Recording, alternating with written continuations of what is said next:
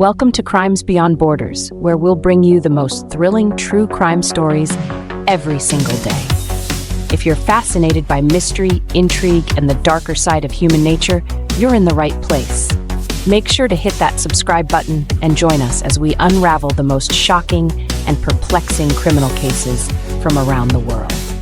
The story is about to begin after this intro. From city streets to far-off lands, mystery slipping through our hands. Crimes beyond borders they speak, voices strong but words are meek. Every story leaves a mark, whispers softly in the dark.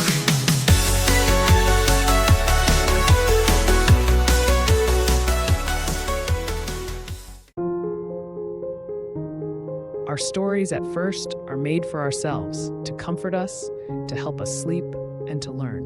Along the way, they become a part of our journey, teaching us English and fueling our passion for true crime. So, listen carefully, and if you're about to sleep, close your eyes. Let's begin.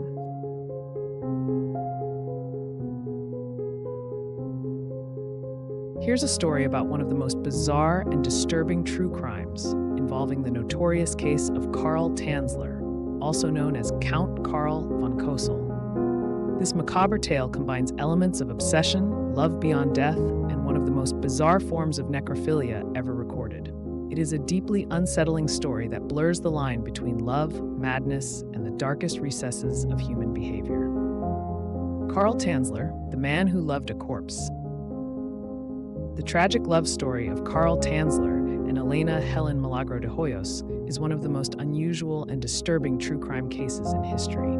Tanzler, a German-born radiology technician, became infamously obsessed with a young woman who died of tuberculosis, only to exhume her body and live with it for years, performing unspeakable acts to preserve her decaying corpse.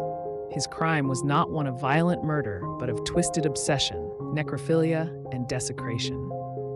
The chilling story would come to be known as the Corpse Bride of Key West and has shocked and fascinated people for decades.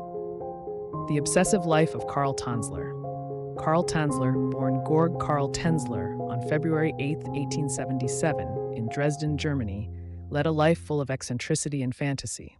As a young man, Tanzler claimed to have visions of a dark-haired exotic woman whom he believed was his destined soulmate. These visions would haunt Tanzler for years, convincing him that a beautiful foreign woman would one day come into his life, and they would share a bond that transcended life and death. Tanzler was highly intelligent, but also known for his bizarre beliefs. He claimed to be a count, adopted the name Count Carl von Cosel, and falsely claimed to have various academic credentials.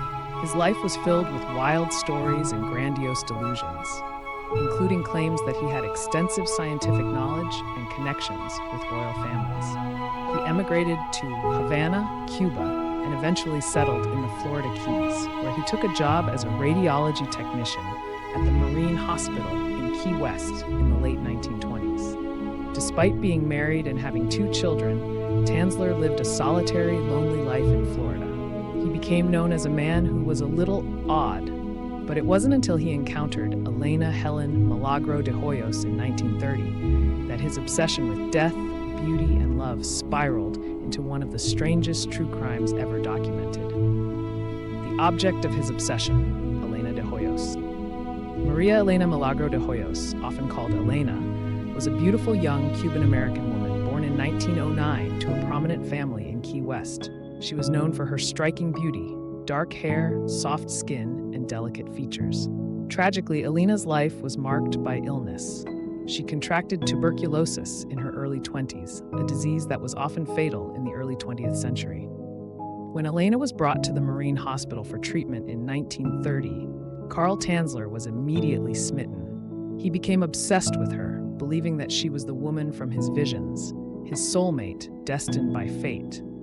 Tanzler, who had no formal medical training beyond his job as a radiology technician, took it upon himself to treat Elena, claiming that he could cure her tuberculosis with experimental treatments. Despite his efforts, Elena's condition worsened over time, and it became clear that she was dying. During Elena's time at the hospital, Tanzler showered her with gifts, jewelry, and professed his undying love for her, despite her not reciprocating his feelings.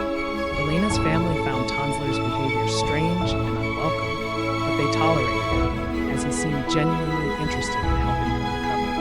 On October 25, 1931, Elena succumbed to tuberculosis at the age of 22, devastating her family. But for Tanzler, her death was not the end of their relationship. It was just the beginning. The exhumation and preservation of Elena's corpse. After Elena's death, Tanzler paid for her funeral and arranged for her body to be interred in a mausoleum that he himself had built in the Key West Cemetery. He visited her crypt almost every night, claiming that Elena's spirit would speak to him and encourage him to take care of her. His obsession deepened as he convinced himself that Elena's soul was trapped and that he could save her. In 1933, 2 years after Elena's death, Tanzler did the unthinkable. He exhumed Elena's body under the cover of darkness and took her corpse back to his home. He claimed that Elena's spirit had asked him to free her from the mausoleum. Tanzler, delusional and entirely consumed by his obsession, began to preserve and reconstruct Elena's decaying corpse in an attempt to restore her to her former beauty. As Elena's body decayed, Tanzler used various techniques to prevent further decomposition. He tied her bones together with wire and coat hangers, replaced her decaying skin with wax and silk, and inserted glass eyes into her skull to recreate her once bright gaze. As her hair fell out, Tanzler created a wig from her own hair, which her mother had collected after her death and given to Tanzler out of sympathy. To mask the smell of decomposition, Tanzler stuffed Elena's abdominal cavity with rags, soaked her body in disinfectants and perfumes, and dressed her in fine clothing. He even made her a silk dress, adorned her with jewelry, and applied makeup to her face, all in a grotesque attempt to restore her beauty. He kept Elena's corpse in his bed and continued to live with her as though she were alive. A corpse bride, Tanzler's bizarre relationship with the dead. For the next 7 years, Tanzler lived with Elena's corpse in his home, treating her as though she were still his living bride. He would talk to her, sleep beside her, and even dance with her decaying body, convinced that they were still united in a supernatural bond. It is widely believed that Tanzler engaged in necrophilia, though he denied this during his trial. However, later examinations of the body suggested that Tanzler had inserted a vaginal tube to facilitate sexual intercourse with Elena's corpse, further indicating the deeply disturbing nature of his obsession. Tanzler's bizarre behavior didn't go unnoticed by the local community. Neighbors reported seeing him buying women's clothing and perfume, despite the fact that he lived alone. Rumors began to circulate about Tanzler's living with Elena's body, but no one could confirm the truth until 1940, when Elena's sister, Florinda, grew suspicious of Tanzler's frequent visits to her sister's grave and his strange demeanor. Florinda confronted Tanzler, and what she discovered horrified her beyond belief. She saw the preserved body of Elena, meticulously arranged in Tanzler's home. Shocked and disgusted, Florinda immediately notified the authorities. The arrest and trial of Carl Tanzler. When police arrived at Tanzler's home in October 1940, they were confronted with the macabre sight of Elena's reconstructed corpse.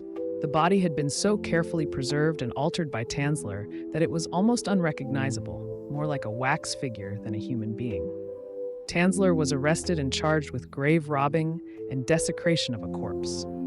The case quickly became a media sensation, with the bizarre details of Tanzler's obsession and the corpse bride capturing the public's imagination. Despite the grotesque nature of his crime, some people were oddly sympathetic to Tanzler, viewing him as a tragic romantic figure who had gone to extreme lengths for love. Others, however, were horrified by the necrophilia and the lengths he had gone to preserve Elena's body for his own twisted desires. During his trial, Tanzler claimed that he had planned to use a combination of electrical equipment and X-ray radiation to bring Elena back to life, stating that he had been working on this project for years. However, his claims were dismissed as the delusions of a deeply disturbed man. Tanzler was found mentally competent to stand trial, but because the statute of limitations for grave robbing had expired, he was never convicted of any crime related to Elena's body. After the trial, Alina's remains were reburied in an unmarked grave to prevent any further tampering, and Tanzler was released from custody. Aftermath: a life of obsession and infamy. Following his release, Carl Tanzler moved to Zephyrhills, Florida, where he lived out the rest of his life in relative obscurity. Despite the horrors of what he had done, Tanzler remained fixated on Alina, even constructing a life-size effigy of her in his home, where he continued to live with the doll until his death in 1952. Tanzler's crime remains one of the most bizarre and unsettling true crime stories ever recorded. His obsession with Alina, his willingness to defile her body and live with her corpse for nearly a decade, shocks and disturbs to this day. The story of Carl Tanzler and his corpse bride is a chilling reminder of how love, in its most distorted form, can lead to unspeakable acts of horror. The story has come to an end, but stay relaxed. If you feel yourself drifting off to sleep, just let the video play and enjoy the soothing music in the background.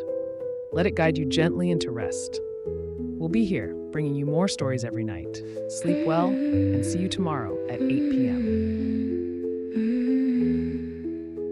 Streets, dark shadows creep. Footsteps vanish down alleys deep. Silent whispers, cities asleep. Mystery in the air, it seeps. Flickering lamps dimly glow. Secrets hidden where few will go. In the half-light, truth begins to show. Unseen forces pull and tow. Windows shut, curtains drawn tight. Lonely figures melt in the night. Echoes fade out of sight.